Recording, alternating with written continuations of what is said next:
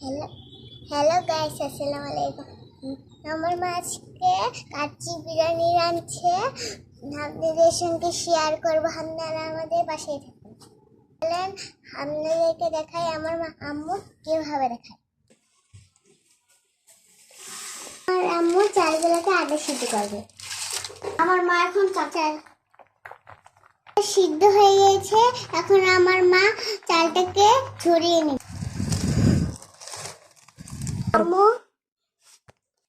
আমার আম্মু আগে থেকে মশলাটা মাখিয়ে নিয়েছে।